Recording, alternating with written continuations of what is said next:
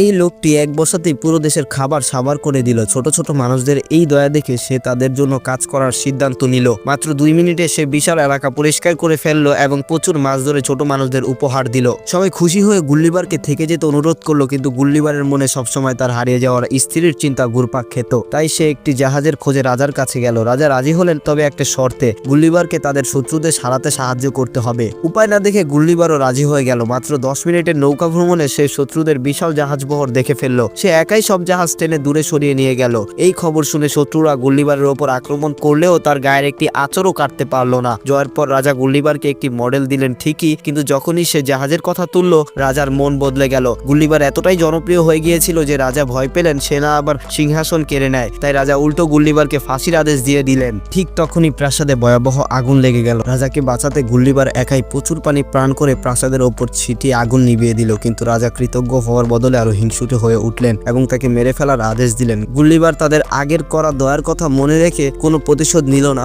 বরং একটি জাহাজে চড়ে সে বামুনদের দেশ ছেড়ে চলে গেল। স্ত্রীর খোঁজে সে আবার এক অদ্ভুত দ্বীপে গিয়ে পৌঁছালো। সেখানে গিয়ে সে দেখলো সবাই তার সমান লম্বা। সে উত্তেজিত হয়ে কাছে গিয়ে দেখলো তারা মানুষ নয়, বরং মানুষের আকারে দুটি পুতুল। হঠাৎ পেছনে এক বিশাল ছায়া দেখে গুল্লিবার পেছনে ফিরলো এবং তার আত্মা শুকিয়ে গেল। তার সামনে দাঁড়িয়ে আছে 3 গুণ বড় এক দৈত্য। যে দেশে গুল্লিবার নিজে দৈত্য ছিল, সেখানে সে এখন নিজে একজন বামুন হয়ে গেছে। এক দৈত্য কৃষক তাকে দুষ্প্রাপ্য গুপ্তধনের মতো খাঁচায় বন্দি করে ফেললো এবং সার্কাসের জানোয়ারের মতো তাকে সবার সামনে প্রদর্শন করতে বাধ্য করলো।